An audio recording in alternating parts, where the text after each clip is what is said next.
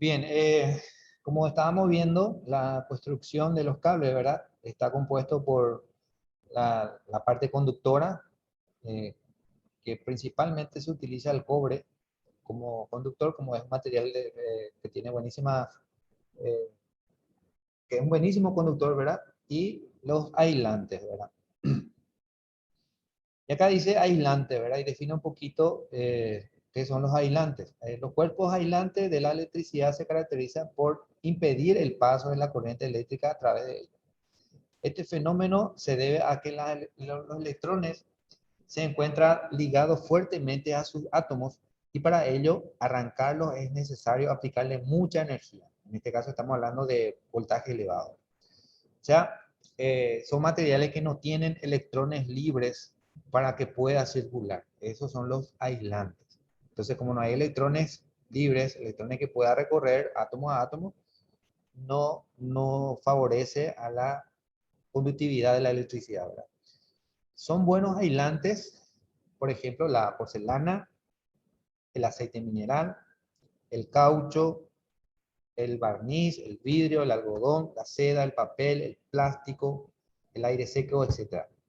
Como ejemplo, ¿verdad? Esos serían materiales aislantes, materiales que no pueden conducir la electricidad. Por otro lado, tenemos los conductores. Dice, a diferencia de los aislantes, los conductores permiten con facilidad el movimiento de electrones por su estructura molecular. A continuación se expone una lista en lo que parecen clasificados algunos materiales conductores. Comenzamos por los mejores y terminamos por los peores. O sea, empezando con los mejores conductores hasta los más o menos buenos. Ahí tenemos la plata, el cobre, el oro, el aluminio, zinc, estaño, hierro, plomo, malhechor, no sé qué, mercurio, nicrón y carbón. Son los materiales conductores, ¿verdad? De más a menos. Acá vemos que los mejores son plata, cobre y oro, ¿verdad? Pero el más utilizado es el cobre. ¿Por qué les parece que el más utilizado es el cobre? Por el precio. Por el precio. Claro, por el precio y por la abundancia, ¿verdad? Hay mayor cantidad de cobre, hay más cantidad de cobre que plata y oro. Y por eso mismo también el precio, ¿verdad? La, la, porque ¿Se no, imagina, profesor, que saben que hay un tendido de cable que es de oro? Los perros se cuelgan todo ahí. sí, claro. Y el oro es caro porque es un material raro, es un material que no hay en abundancia en nuestro planeta, pero sin embargo el cobre sí. Entonces es el material más barato y más asequible. Por lo tanto, la mayoría de los cables están hechos de cobre, ¿verdad? Bien, el material más empleado es el cobre, que conduce casi todo tan bien como la plata y su coste es muy inferior. El aluminio se utiliza en las líneas de transporte, ya que su peso es menor que el del cobre. Esa es la razón también porque los tendidos eléctricos son de aluminio, por el peso. Imagínense ese calibre de alambre que están tirando, si están hechos de cobre, con el tiempo va a tender a cortarse el cable por el peso mismo, cosa que no sucede con el aluminio por su peso, ¿verdad? Que no pesa tanto como un cobre. El profesor, Sí, yo tengo entendido que el aluminio es mejor conductor en tendido de cable así a lo largo que el cobre, aparte. y la razón es por esta, principalmente se lo utiliza por el peso. El cobre en sí, ¿cómo se le dice eso? La densidad en sí del cobre el peso específico del cobre es mucho mayor que el aluminio. Por lo tanto, la misma cantidad de cobre y misma cantidad de aluminio, el cobre pesa muchísimo más. Y si vamos a tener un cable tendido no sé, de 100 metros, el cobre va a pesar muchísimo más, ¿verdad? Y eso va a requerir que tengamos postes más fuertes, el tendido tiene que estar más asegurado, o sea, más coste en síntesis, ¿verdad? Por ello que la utilización del aluminio, vemos que la mayoría de los tendidos eléctricos es aluminio. Pero a día de hoy eso se está cambiando. No sé si se están dando cuenta ustedes que los tendidos eléctricos están cambiando. Ya no son aluminio pelados, sino vienen ya cables trenzados. En la mayoría de los barrios estoy viendo que se está realizando un cambio en el sistema de distribución de la corriente de la red eléctrica de 220. Eso ya más bien por razón de seguridad y eficiencia. Y sí, profesor, más es por seguridad porque solamente cambia en la aislación. Ya están recubriéndolo nada más. Sí, así es. Ahora, el material interno, no sé si sigue siendo, creería que sigue siendo aluminio el que están utilizando como conductor por el Sigue peso siendo mismo. aluminio. Sigue siendo aluminio. Sí. Solamente que cambia el aislante, ¿verdad? Y El aislante. eso permite también Sí, que estos cables, acá en el barrio mío están cambiando los postes y el tendido de cable y ya, por parte ponen ese cable trenzado. sí. Bien, y eso más por la seguridad y al tener aislante, estos cables se pueden enrollar entre sí, ¿verdad? Enrollar entre sí y así permite que no haya más corte de luz por las hojas del árbol, a veces que tocan las líneas, que ponen en cortocircuito y se soluciona muchísimo problema con el sistema de cable trenzado. Bueno, ¿sí? ¿Alguien quería decir algo? No, y esta técnica que se está utilizando ahora es mucho más también para evitar que la gente se enganche, porque hoy en día, pues, bueno, hasta hace poco, en muchos lugares donde no había todavía ese tipo de cablerío, todo el mundo se enganchaba. Entonces ahora va a ser mucho más difícil el engancharse. Son técnicas que la ANDE está utilizando para mejorar el servicio también. Sí, creería que también por eso, que ya realmente va a ser mucho más complicado ahora tratar de pelar un cable y enganchar, ¿verdad? No, no hace nada fácil eso. Bueno,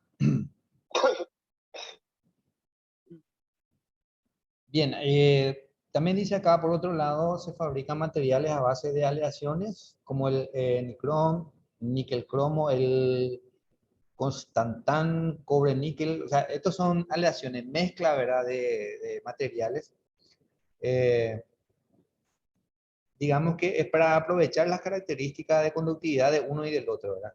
Eh, buscando, digamos, para mejorar la conductividad, la resistencia, es decir, buscando un tipo de material más eficiente, más económico para poder utilizarlo como, ya sea como resistencia, como conductores directos o eh, acá dice, por ejemplo, de estatos o elementos calefactores, ¿verdad? O sea, principalmente para la resistencia se utiliza una aleación para fabricar una resistencia. Por ejemplo, para un calefactor, ¿qué es lo que hacemos? A ver, eh, se mezclan materiales para que ofrezca un tipo, una especie de resistencia a la corriente.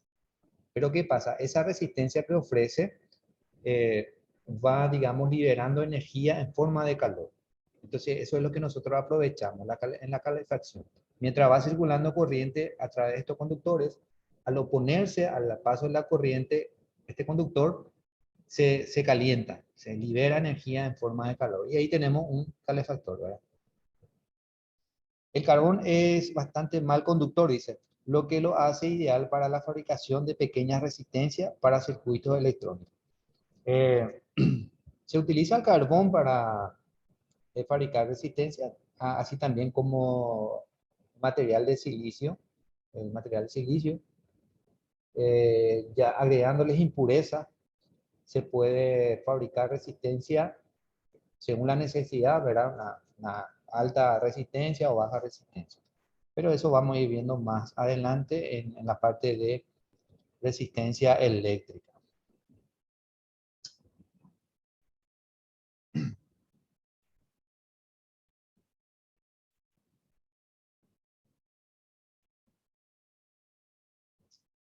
Ok.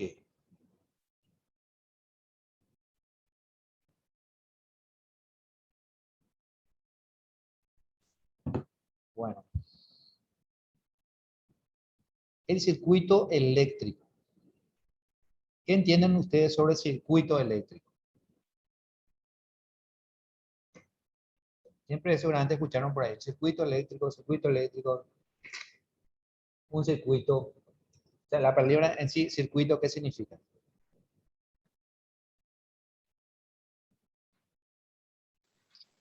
Circuito es, profesor, un camino es el camino de la electricidad, donde comienza y donde termina.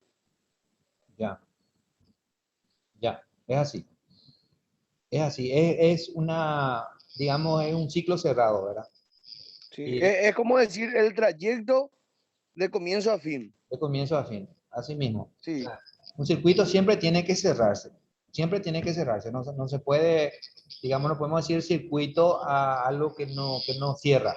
Siempre tiene que tener una partida y una terminación, una culminación, ¿verdad? Un fin, como dijiste, un inicio y un fin, ¿verdad? Entonces, el circuito eléctrico, acá podemos representar, en esta gráfica, representa lo que es un circuito eléctrico.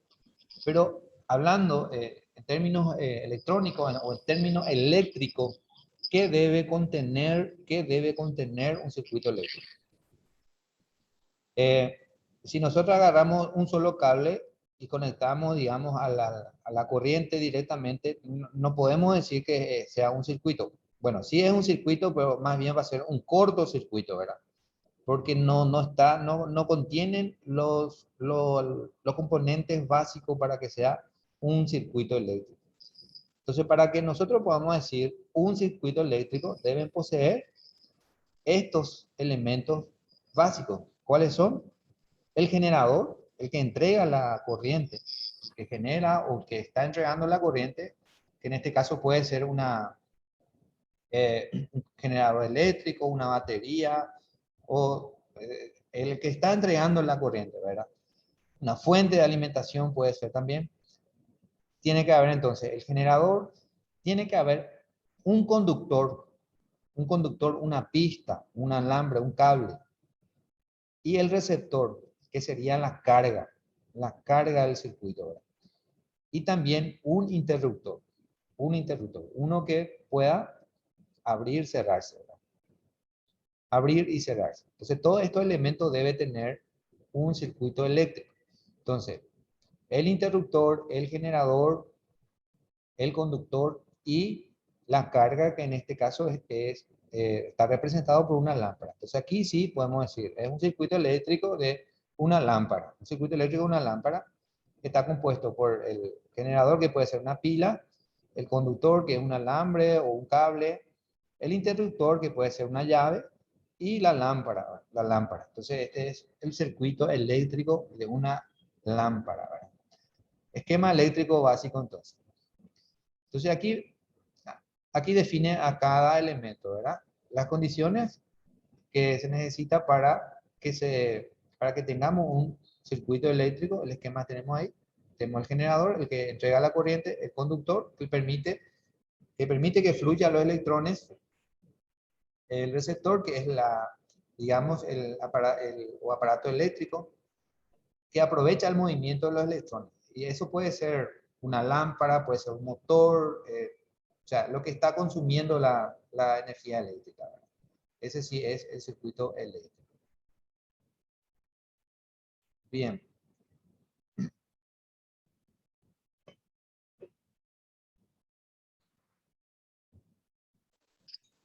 Profesor, si me permitía contar algo, por Sí. favor, en tu imagen anterior, ¿Ok? en el circuito, Vuelvo. del circuito.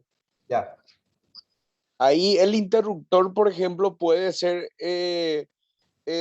analógico, por decir así, un pulsador manual, o puede ser ya también automatizado, como un temporizador o algo por el estilo. Ahí estaríamos utilizando ya una parte de la electrónica, profesor.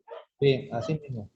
O sea, al decir interruptor ya podemos tener todo tipo de interruptores, ¿verdad? cualquier cosa que me permita conectar y desconectar un aparato. Puede ser automatizado, puede ser con temporizador. El temporizador puede ser electrónico, puede ser mecánico también. No sé si conocen los hornos eléctricos que vienen bueno, los hornos eléctricos, ¿verdad? Tiene una perilla, un temporizador que vos girás para, no sé, si quieres que funcione 20 minutos, 30 minutos, pero es totalmente mecánico. Si mientras va funcionando el horno así, hace un ruidito, ¿verdad? Clic, clic, clic, clic, y llega la hora, llega el momento en que libera o desconecta la resistencia. Y es un temporizador mecánico eso. Electrónicamente se puede hacer. O sea, el interruptor es cualquier tipo de interruptor que pueda conectar y desconectar el circuito eléctrico. Ese sería el interruptor. Puede ser un relé, puede ser una llave, puede ser, no sé, un pulsador, como bien dijiste vos. Bien. Intensidad de la corriente eléctrica. Bueno, si hablamos de electricidad, de corriente eléctrica, electrones que se mueven, tenemos que hablar de la intensidad de la corriente eléctrica. ¿A qué se refiere intensidad? Bueno, esto bien podemos, digamos, como analogía, ¿verdad? Compararlo como la corriente de la tubería de agua. Digamos que las partículas de H2O serían los electrones que va a ir circulando a través de la cañería. Y según la presión que tenga y según el calibre del caño, va a circular más o menos corriente o flujo de agua, o en este caso, electrones. Estamos hablando de electrones, ¿verdad? Entonces, la cantidad o la intensidad de corriente, nosotros decimos la cantidad de electrones que va a circular a través de un conductor. Bueno, esa cantidad de electrones va a depender de qué, de qué voltaje tengamos, de qué tan buen conductor sea el alambre. De todo eso va a depender esa cantidad de electrones. Pero esa cantidad de electrones tenemos que darle una medida a nosotros. Entonces, ¿cuál es la medida que le vamos a dar? La unidad de medida es el amperio. Su unidad de medida son los amperes, y se está representado por la letra A. De esta manera, cuando en un circuito se mueve una carga de un coulombio, en un tiempo de un segundo se dice que la corriente tiene una intensidad de 1 amperio. ¿Ok? Entonces, así es como se define el amperio. Es la carga de un coulombio en un tiempo de un segundo. O sea, es la cantidad de carga que está circulando en un segundo. La cantidad de coulomb que está circulando en un segundo, consideramos que es un amperio, que es la intensidad de la corriente de 1 amperio. Y está representado por esta fórmula. Entonces, la corriente es igual a carga sobre el tiempo. 1 amperio equivale a 1 coulomb sobre segundo. Así de simple. 1 coulomb sobre segundo. Es la cantidad de carga que necesitamos que circule a través en un segundo para decir que esa corriente está circulando a 1 amperio. ¿Entienden?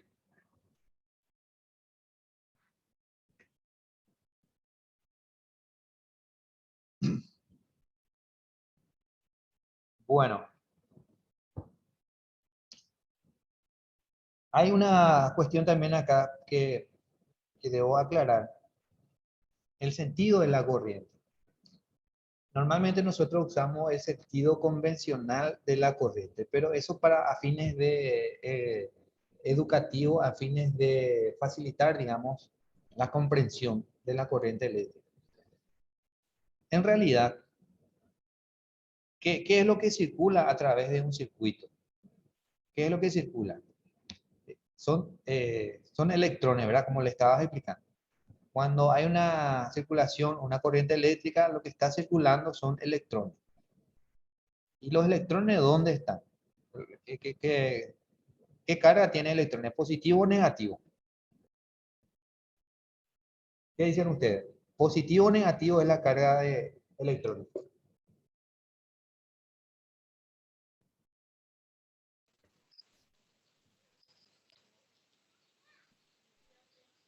Negativa.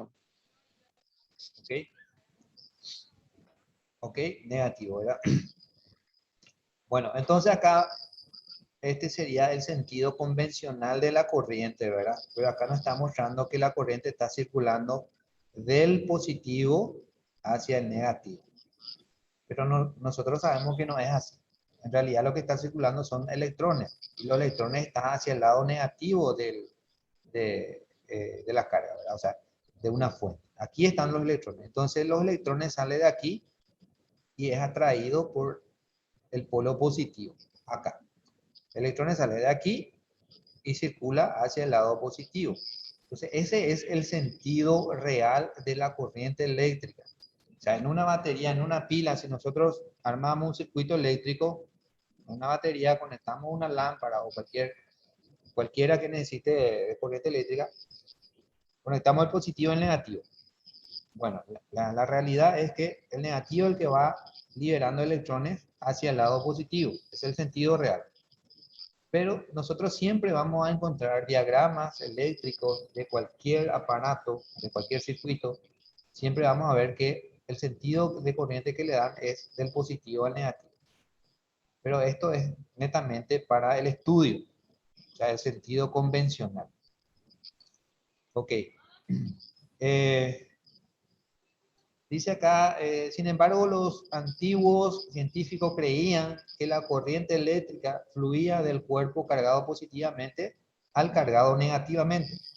Este sentido, denominado convencional, es el que más se ha utilizado hasta ahora, dado que en él se fundamentan muchas reglas de electromagnetismo y de otras materias afines. Aún hoy en día se sigue utilizando en muchos casos, ya que los símbolos más usuales de la electrónica se diseñaron teniendo en cuenta el sentido convencional. O sea, es para evitar confusiones nada más. Al principio se creía que la carga, o sea, la corriente eléctrica iba del positivo hacia el negativo, y hay muchos libros de texto de electrónica, de electromagnetismo, o sea, de electricidad, electromagnetismo, que utiliza ese sentido convencional, ¿verdad? Entonces, para evitar confusiones y no cambiar todos esos textos y decir que la corriente circula del negativo al positivo, se sigue utilizando el sentido convencional. Así mismo como vemos aquí. Si volvemos a la figura anterior, este mismo, por ejemplo, a cualquier técnico, a cualquier electricista o a cualquier estudiante de electrónica o profesor de electrónica, le pregunta, ¿por dónde circula la corriente aquí? Te va a mostrar, de la que sale acá el positivo y viene acá, llega al negativo. O sea, siempre vemos desde ese punto de vista, ¿verdad? Que la corriente va del positivo al negativo, pero en realidad va del negativo hacia el positivo. Esa es la realidad. Pero se sigue usando el sentido convencional. Es lo que nos explica en esta parte. Bueno, ¿cómo vamos hasta aquí? ¿Tiene alguna consulta, algún comentario? Yo tengo una, profesor. Sí. Ahí en el gráfico del circuito eléctrico, nuestro interruptor tenemos en el negativo. Sí. Del lado negativo. Sí. Eso, ¿Y a qué se debe eso? eso no tiene Porque implicancia. debería de ir del lado del positivo. En realidad eso no sé, no tiene mucha implicancia, digamos, porque acá digamos que no sabemos siquiera, esta es una representación básica, ¿verdad?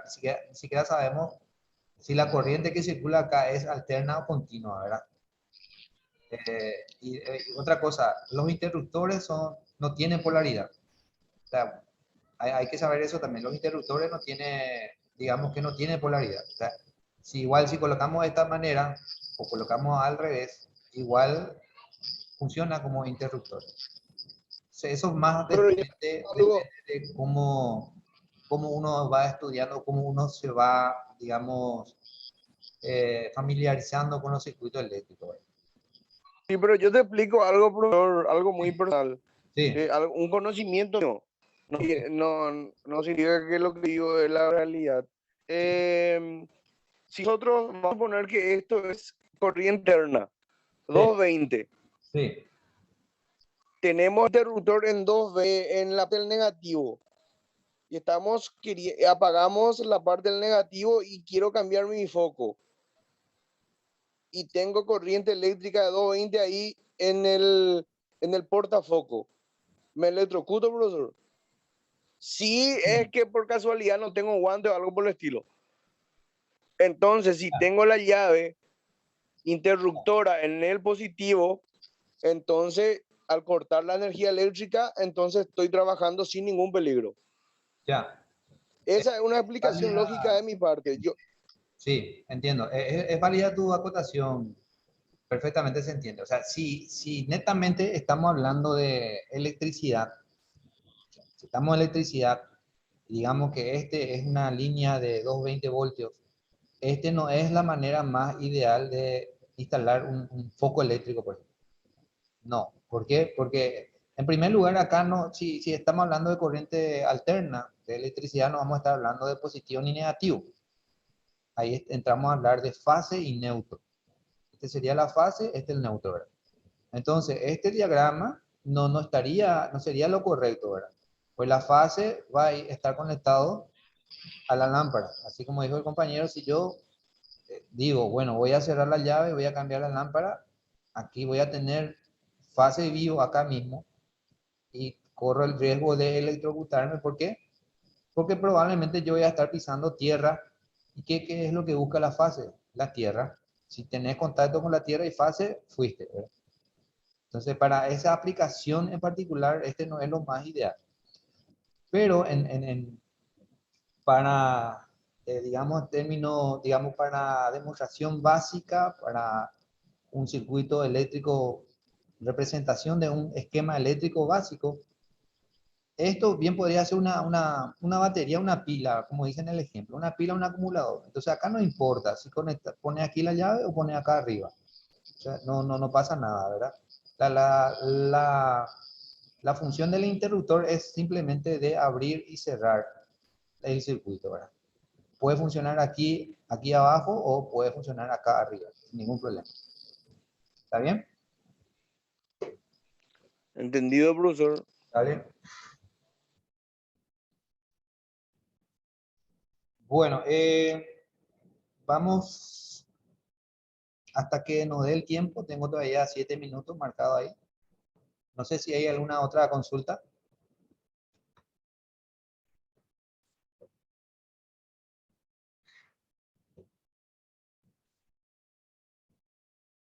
Bueno, vamos a hablar entonces de la medida de la intensidad de la corriente. Entonces, como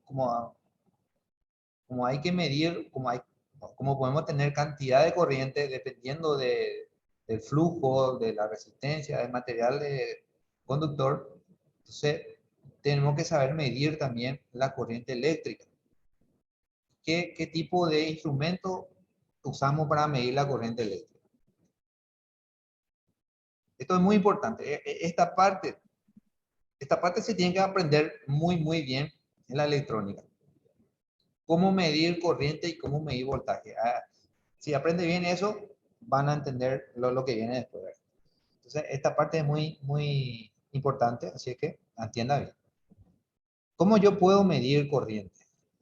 ¿Qué es lo que quiero medir? Quiero medir la cantidad de corriente que está circulando en bien dicho, en este circuito, ¿verdad? En este circuito, ¿verdad? ¿Qué tenemos en este circuito? Tenemos una batería, el interruptor y la carga. Ok, activamos y funciona. Si la carga es una lámpara, bueno, enciende la lámpara. Ahora, yo quiero saber qué cantidad de corriente se está utilizando para que esa lámpara encienda. Entonces, ¿cómo puedo medir? Yo no puedo medir sobre la carga misma, no puedo traer mi amperímetro y poner en paralelo sobre la carga para saber la corriente que está consumiendo. No. No es la forma de medir la corriente, porque ahí voy a alterar el circuito. ¿Por qué voy a alterar? Porque sobre la cara voy a ponerle otra cara más que es mi amperímetro. Entonces la manera correcta de medir la corriente, la corriente eléctrica es en serie. ¿Ok? En serie. ¿Qué se entiende en serie? En abrir el circuito y colocar el amperímetro como parte del circuito. Esa es la conexión en serie. Está en serie con la carga, con las pilas y con el interruptor.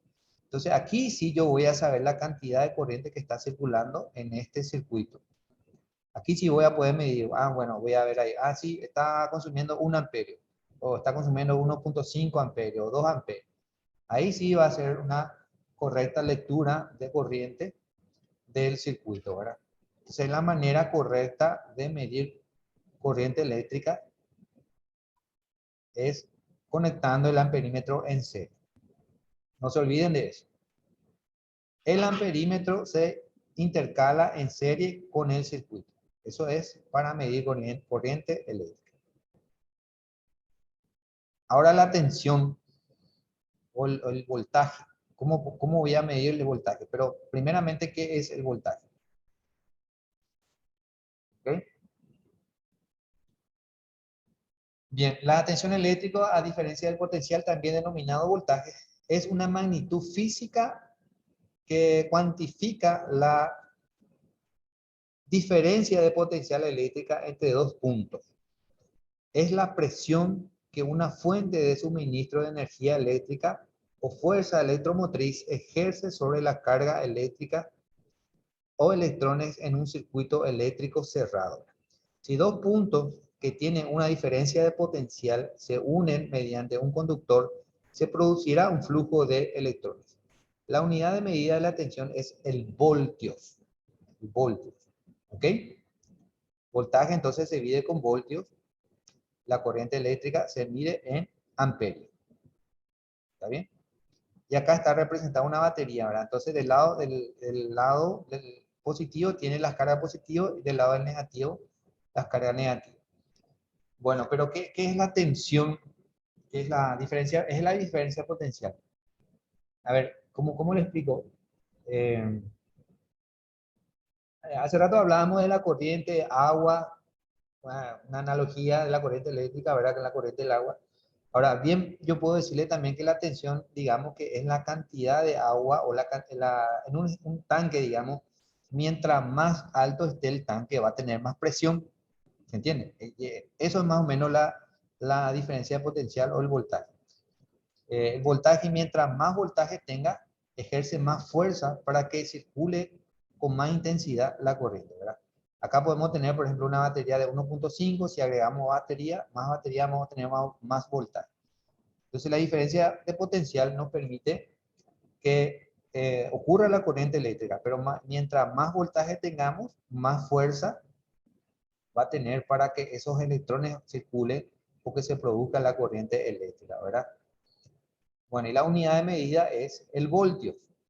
El voltio.